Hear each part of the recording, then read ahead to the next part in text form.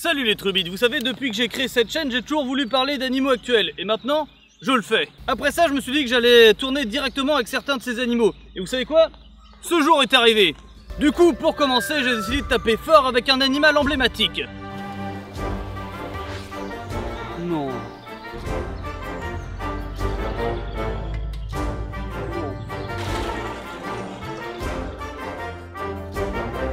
Non. Non. Mais bon, comme j'aime bien faire l'inverse de ce qu'il faudrait faire, j'ai décidé de vous parler d'animaux peut-être moins impressionnants, mais tout autant intéressants. J'ai nommé les tortues. Ah ouais, donc toi t'avais le choix entre rhinocéros, sardine arboricole ou girafe et t'as choisi les tortues. Ok. Exactement, et je vais faire cette vidéo en 3 parties. La première sur ce que sont les tortues aujourd'hui, la deuxième sur leur évolution au fil des millénaires, et la dernière partie, je vous parlerai d'une espèce qui existe encore. Donc pour commencer, voyons ce que sont les tortues. Les tortues, testudines ou chéloniens, forment un ordre de reptiles dont la caractéristique est d'avoir une carapace. Parfait, au revoir. Bon, on va approfondir un peu, donc des reptiles vivant encore aujourd'hui avec pas mal de caractéristiques propres à elles. Par exemple, elles ont tout un bec sans dents, et vous allez voir que ça n'a pas toujours été le cas. Mais surtout, ce qui caractérise les tortues, c'est bien évidemment leur carapace. C'est d'ailleurs à ça en général qu'on peut définir les différentes espèces. Transition parfaite pour vous parler vite fait de quelques espèces de tortues et voir un petit peu l'étendue de leur adaptabilité aux différents milieux.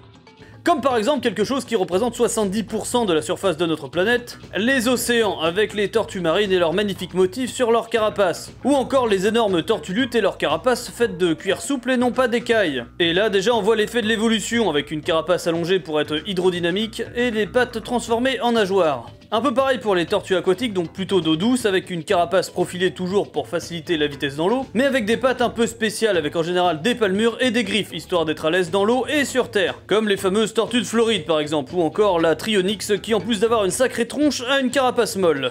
Et en parlant de terre, il y a les tortues terrestres, qui n'ont pas besoin d'aller dans l'eau du coup, et qui n'ont pas de carapace allongée, mais plutôt une carapace arrondie. Et oui, là, plus question d'hydrodynamisme, mais une question de protection. Plus c'est rond, plus c'est compliqué pour un prédateur d'y planter ses crocs. Et pas question de nageoires, mais de grosses pattes blindées solides pour supporter leur poids. Comme les fameuses tortues des Galapagos qui peuvent atteindre des tailles et une longévité impressionnante. On parle quand même d'une longévité de pas loin de 150 ans et d'un poids qui avoisine facilement les 200 kg. Un petit peu plus que toi, quoi. Bon, il y a beaucoup de ces tortues dont je parlerai dans des vidéos dédiées, tellement il y a de choses à dire dessus, vous n'imaginez même pas. Mais bon, déjà avec cette rapide présentation, on a là les 3 grandes familles de tortues encore en vie, et on voit un petit peu leur adaptabilité à de différents milieux. Toujours chaud en général, bien évidemment, puisque ce sont des reptiles. Ouais, ok, d'accord, ouais. Bref, revenons sur leur caractéristique principale, la carapace. Bon déjà, genre c'est pas une coquille dont la tortue peut sortir quand elle veut, non non, c'est une carapace qui fait partie de son squelette.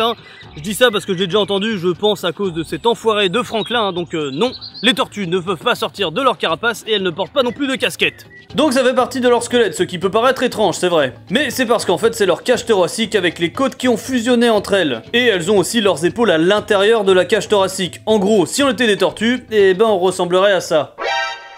Ouais, c'est spécial, faut bien l'avouer, on est loin de la classe des Tortues Ninja. Oui, et surtout ça ressemble fortement à une couille. Une couleuvre, bien évidemment. Ah non, mais c'est pas ça, je parle d'une testie. Un testament, bien évidemment. Bref, du coup, passons à la deuxième partie de la vidéo qui va se faire chez moi, du coup, transition. Bon, maintenant qu'on a vu ce que sont les tortues à l'heure actuelle, on va voir comment elles étaient avant. Bien avant. Oui, parce que à première vue, on pourrait se dire, comme j'ai déjà entendu, qu'elles sont là depuis longtemps, qu'elles ont l'air un peu préhistoriques, du coup qu'elles n'ont pas dû beaucoup évoluer. Alors qu'elles soient là depuis longtemps, ça ok, mais qu'elles n'aient pas évolué, ça c'est complètement faux. Et vous vous doutez bien que les premières tortues ne ressemblaient pas du tout à celles d'aujourd'hui.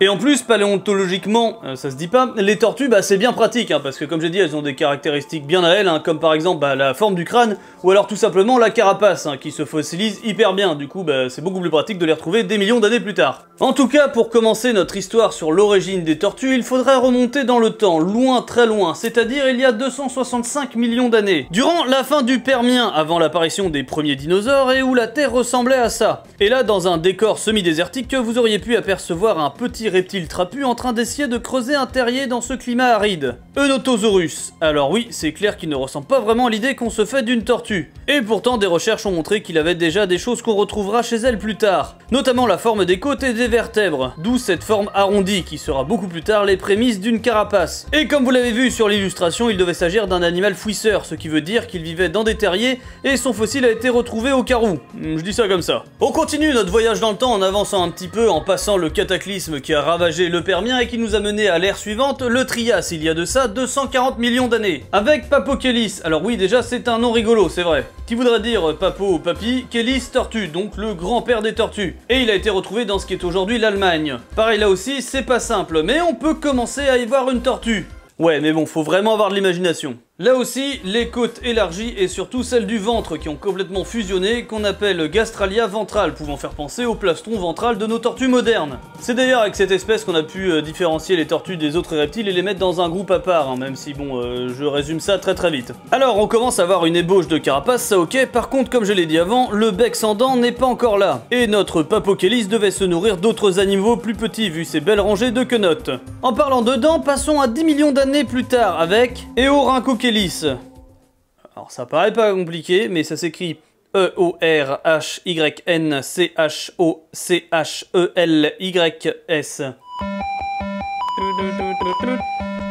Qu'est-ce qui se passe là-dedans, pour arriver à sortir des choses pareilles? Eorhynchokhélis, la seule traduction que j'ai trouvée donne Down-Beaked Turtle, donc je suppose quelque chose comme tortue avec un début de bec. Et ça tombe bien, c'est pour ça qu'elle va nous intéresser. Alors elle a toujours le corps trapu dû aux côtes élargies, hein, donc pas de carapace, mais les épaules commencent à changer de place. Mais surtout, pour la première fois dans leur lignée évolutive, on voit enfin un bec. Enfin d'ailleurs pas vraiment, parce qu'il y a bien un bec au début de la mâchoire, mais il y a toujours des dents à l'arrière. Mais avec tout ça, on commence un petit peu à voir la forme des tortues qu'on connaît aujourd'hui. On refait un bond 10 millions d'années plus tard pour rencontrer Odontochélis, qui elle n'a pas de bec mais des dents, donc faudra attendre quelques millions d'années encore pour que les dents disparaissent totalement. Par contre, elle a déjà une moitié de carapace, alors pas encore sur le dos, mais par contre, comme vous le voyez sur les fossiles en très bon état découverts en Chine, la partie ventrale qu'on appelle plastron, bah on le voit bien et il ressemble bien à ce qu'on connaît aujourd'hui. Donc on pourrait presque dire qu'elle est à 50% tortue. Encore un animal très pratique pour comprendre l'évolution de leur anatomie. Mais continuons notre petit voyage dans le temps avec un autre bond de 10 millions d'années plus tard, à la fin du Trias, hein, quand les continents commencent vraiment à se séparer.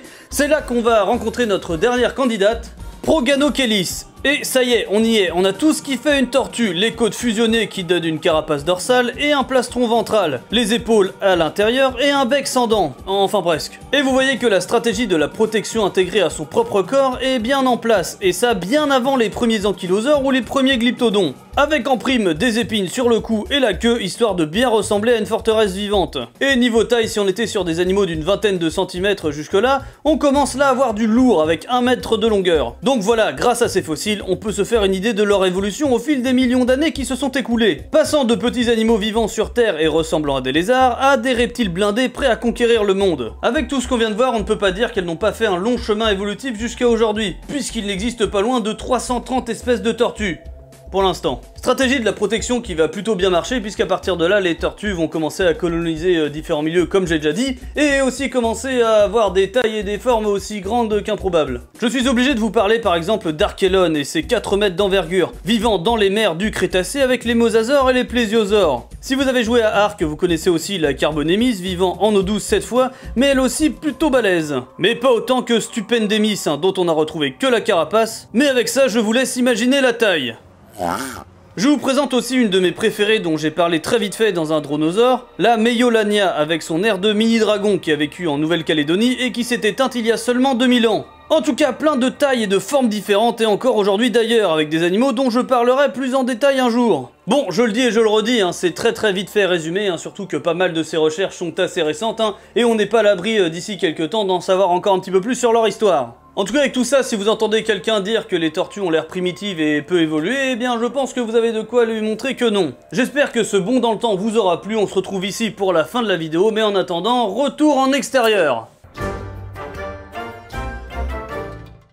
Bon, eh bien, retour en extérieur, et après avoir vu toutes ces tortues aussi impressionnantes qu'improbables, voyons une peut-être un petit peu plus classique, mais quand même intéressante, j'ai nommé notre petite amie ici. Intéressante dans le sens où j'aurais pu parler d'une espèce exotique, hein, surtout que j'ai le cadre pour, hein. Mais non, je vais me pencher sur une un peu particulière qu'on pourrait un petit peu considérer comme une survivante. Bon là, elle a pas l'air parce qu'elle a un peu peur, hein, mais je vous jure qu'elle est balèze sinon. Hein. Et oui, je dis ça parce que c'est une tortue de chez nous, on peut la rencontrer dans nos lacs, rivières et marécages, notamment dans le centre de la France, dans la région de la Brenne si j'ai bien compris, où il y a carrément des panneaux indiquant leur présence. Et c'est comme ça que vous découvrez son nom, la cistude d'Europe, qui vit... En Europe? Bien joué, je savais que t'étais balèze. Ça ne parle pas comme ça, toi. Hein. Alors, elle vit en Europe, oui, mais pas trop dans le nord, hein, le froid oblige. Hein. On la trouve aussi jusqu'en Afrique du Nord et jusqu'au Moyen-Orient. On l'appelle aussi la tortue boueuse, puisqu'elle aime bien les marécages boueux, tout simplement. Niveau mensuration, c'est une petite tortue qui atteint une vingtaine de centimètres une fois adulte. Et comme on dit, tout ce qui est petit est mignon. Est-ce que c'est pas vrai pour celle-ci? Et encore, attendez que je vous montre les bébés, hein. Donc notre cistude arbore une teinte noire avec des petites taches jaunes un peu partout, ce qui en fait un camouflage très efficace dans les milieux humides comme les marécages. Et comme les autres tortues aquatiques, elle possède une carapace allongée et des pattes palmées munies de griffes plutôt acérées. Ouais, je vous confirme. Hein. Et elle n'a pas l'air comme ça, mais c'est une prédatrice. Hein. Bon, ok, c'est pour chasser des larves d'insectes et des mollusques et des poissons. Morts en général. Oui, parce qu'elle est charognarde et c'est un rôle très utile dans les milieux où elle vit, bien évidemment. Durant la saison de la reproduction, la femelle quittera la sécurité de l'eau pour aller explorer la terre ferme. Et elle parcourra jusqu'à 1 km pour trouver l'endroit idéal pour y creuser un trou et y déposer ses œufs. Alors 1 km ça nous paraît pas beaucoup, hein, mais quand on est une petite tortue comme ça, ça doit pas être simple, hein, surtout si le parcours est traversé par des routes. Et si en plus on lui rajoute de la concurrence, eh bien c'est encore pire, mais ça j'y reviens plus tard. Et l'hiver, elle va trouver un endroit où s'enterrer pour hiberner, et revenir avec le retour des beaux jours et de la chaleur nécessaire pour elle. Et si j'en parle aujourd'hui, c'est pas seulement parce qu'elle est très mignonne, hein, mais c'est surtout parce que c'est une espèce du coin, et qui pourtant n'est pas très connue. Alors sans doute parce que dans la nature, elle se fait très discrète et plonge sous l'eau à la moindre alerte, mais surtout parce qu'elle est devenue de plus en plus rare au fil du temps. Alors ouais, là je vous préviens, ça va être la partie pas très drôle de la vidéo. Et oui, comme je l'ai dit, les zones où elle vit sont des zones sensibles, que ça soit à cause de la pollution ou à l'assèchement pur et dur par exemple. Et si tout à l'heure je vous ai parlé de concurrence, hein, c'est peut-être parce que vous connaissez une autre tortue un peu plus populaire, hein, j'ai nommé la tortue de Floride, pardon, qui vient de... Hongrie. Je me disais bien que ça pouvait pas durer. Non, de Floride bien évidemment, et qui s'est retrouvée chez nous, il y a un petit moment déjà.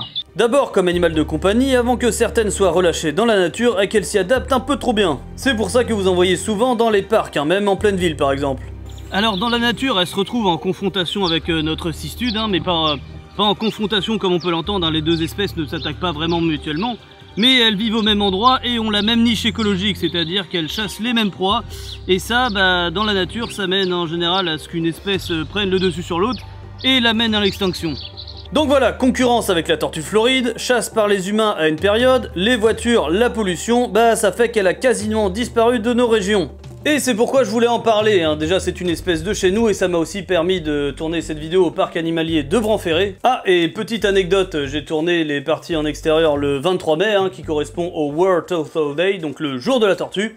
Je ne le savais pas, c'est pas fait exprès, mais je trouvais ça marrant et je voulais vous le dire. Et si je voulais tourner cette vidéo là-bas et parler des cistudes, c'est parce que le parc de Branferré fait partie des quelques parcs en France qui élèvent ces tortues pour les relâcher plus tard en Savoie. Où grâce à ça, une petite colonie de 150 à 200 individus a pu se reconstituer. Donc voilà, déjà merci à eux de prendre soin de ces animaux et aussi merci à eux de m'avoir permis de tourner cette vidéo chez eux. Et comme vous l'avez vu par exemple dans l'intro, il y a pas mal de diversité, donc si vous êtes en Bretagne, n'hésitez pas à aller y faire un petit tour. Et si ce format vous plaît, n'hésitez pas déjà à me le faire savoir, mais peut-être aussi à leur faire savoir par exemple via les réseaux sociaux. Merci aussi à Sican de la chaîne Paléo World et à Kusa de la chaîne Graines de Savoir pour m'avoir accompagné. N'hésitez pas à les voir, on a tous fait une vidéo sur différents sujets dans ce parc. L'une sur la convergence évolutive entre cératopsiens et rhinocéros, et l'autre sur l'évolution de la plume, donc sacré programme. Je serai d'ailleurs avec eux et Valéoraptor pendant les rencontres de Branferré le 9 et 10 juin, pendant la Pentecôte, donc n'hésitez pas à venir nous voir si jamais vous êtes dans le coin. En tout cas, j'espère que cette vidéo va vous plaire, hein, parce qu'elle n'a pas été simple, hein, surtout au niveau des recherches. Cédric, tu fais quoi là? Non, mais c'est pas ce que tu crois, hein.